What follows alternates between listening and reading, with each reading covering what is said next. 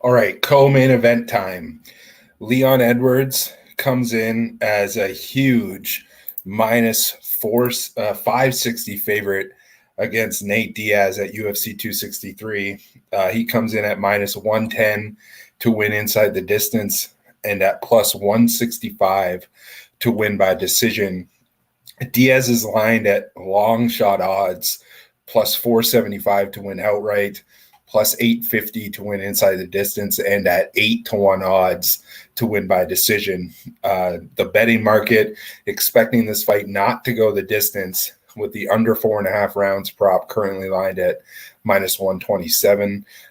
That's flipped up until fight week. It was the opposite, where the over 4.5 rounds was favored, and that since has flipped. And as far as the overall line movement, just on the money line, Edwards opened when this fight was announced minus 275, and he's just taken a ton of money, currently sitting as average line of minus 568 as per best fight odds. And then Diaz opened surprising price of plus 220 and has since swelled to that current price average line of plus 410. And then at 5 dimes sitting at plus 475. So the tail of the tape, Leon Edwards is 29 years old, 7 years younger than Nate Diaz, who is 36. Diaz will hold a 2-inch reach advantage over Edwards, despite Edwards standing about 2 inches taller than Diaz. And as far as fight experience goes, Diaz has the apparent edge in that category. He's got 14 wins by stoppage to his name, including 7 by submission. And then Edwards holds 9 wins by stoppage in his UFC career, with 6 of those by TKO. We'll take a look at the welterweight division betting trends, and the one that sticks out, the over in the UFC welterweight division is cashed at a 65% rate since the start of last year, going 53-28 for plus 12.3 units profit. So that, based on that betting trend, any over prop in this 170-pound division at the price of minus 189 or better has pretty much been a positive EV wager to make. And the favorite also is cashed at 65% rate over the last 18 months, 52-28-1, but it has failed to turn a profit. So the underdog has actually had some value in this division, but at like the price of plus 185 or better. So yeah, that's that. Let's go to the Edwards betting trends. Leon Edwards, he's won 7 of his 13 UFC appearances by way of decision, with the to win by decision prop turning a profit of 10.1 units in his 7-year UFC career. He's gone over the betting total in all but 2 of his fights, with the one of them being the no contest. So a $100 bettor who's backed the over in every one of Edwards' UFC appearances has gone 11-1-1 for 607 units profit, or sorry, $607 profit. And as far as the outright winner, Leon, 10-2 in the UFC. He's turned a profit of 5.6 units on the money line, dating back to his 2014 Octagon debut. So he came into the UFC he came into the UFC in 2014, and he's had 13 UFC appearances. And since 2013 with Nate, as we're going to look at right here, he's only fought 8 times. So the most profitable way to bet Nate Diaz fights over those last 8 appearances has been by betting on his opponent to win by decision, to win inside the distance, as you can see in this graphic here. So thanks to Josh Thompson and Jorge Masvidal, a $100 bettor who has backed every opponent of Nate Diaz to win inside the distance since 2013, has gone 2-6 for plus $705 profit. So apart from that, Nate has 2 wins by decision in that stretch, going 2-6 for 5.4 units on the to win by decision prop. And from his loss to Josh Thompson to his most recent loss to Jorge Masvidal, he's gone 4-4 over his last 8 fights, turning a profit, very reasonable profit of 5.24 units on the money line. So some big underdogs cashing there, obviously, with the McGregor win and all of that. So yeah, let's take a look. We're going to go into my best bets here.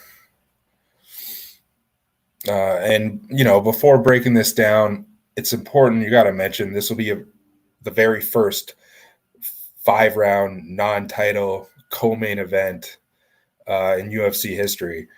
So with that, you got to give a bit of an edge in the later rounds to Nate Diaz. He's been known to turn up the volume, and he's been known to, turn the tide in those championship rounds in a handful of 5-round fights that we've seen him in.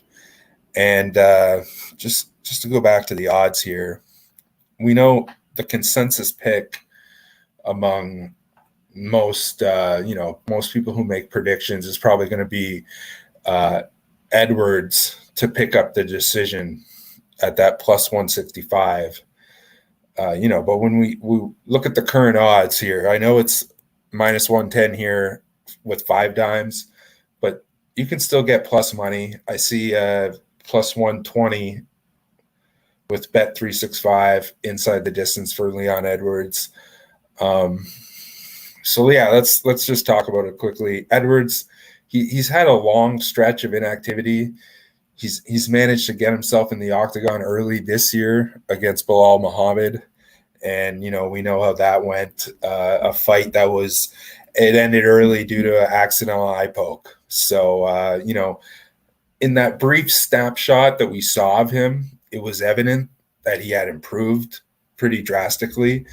He was already, highly touted in the upper rankings of the welterweight division, but with the extended time off and, the numerous training camps for fights that had not happened, Edwards, he managed to double down on his skill level. And, if he wins this fight, he's the next challenger after Colby for Kamaru Usman in the title, apparently.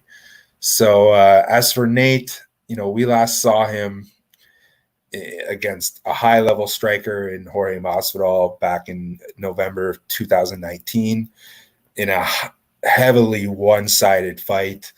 And in Nate's defense, the fight was stopped prematurely due to a squeamish New York State Athletic Commission doctor, and that fight probably would have went on if it took place in almost any other location. Apart from Diaz having a long shot chance of turning the tide in the later rounds, I think Jorge was having his way in that fight. He was piecing him up in the stand-up. He dropped him numerous times. And, MMA math does not work, and styles make fights. But ultimately, the way that we do tape study and the way that we handicap these type of fights without actually seeing a full-on simulation, you got to compare some similar fighters, right? And I think Leon Edwards and Jorge Masvidal do have similar weapons in their arsenal. And if Edwards can catch Diaz with one of those step-in elbows and one of those push-off elbows, you can be assured that there's going to be some blood. And I think that Edwards he's going to be a lot more assertive than Jorge was, because Jorge was, I think he was toying with him a little bit. He wanted to, make it an entertaining fight because it was kind of just a blowout, to be honest. And I think with Diaz, with Edwards, you're not going to see that. You're going to see Edwards try to finish this. And I don't think this fight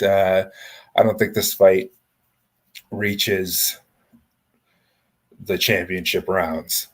But with that being said, I think, if the betting market expects this to go the full 25 minutes, that expectation, I think, is based a little bit more on perception rather than reality.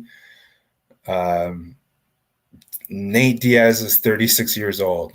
He's been in a lot more wars than some MMA fans can even remember, right? And while we would all love to see this, be a 5-round battle for the ages, it seems that based on the current betting odds, that the value is on this fight not going the distance, and with Edwards finding a way to put Diaz away here. And that's what I'm going with. I think I'm confident enough to put a full unit down on Leon Edwards to win inside the distance at that plus 120 price at Bet365. This is usually one of those plays where I would split it up and, take the under and take Edwards in a separate bet just on the money line. But, I'm not betting Leon Edwards at minus 560. There's probably some decent value on that under, but you're not getting plus money, at least not anymore.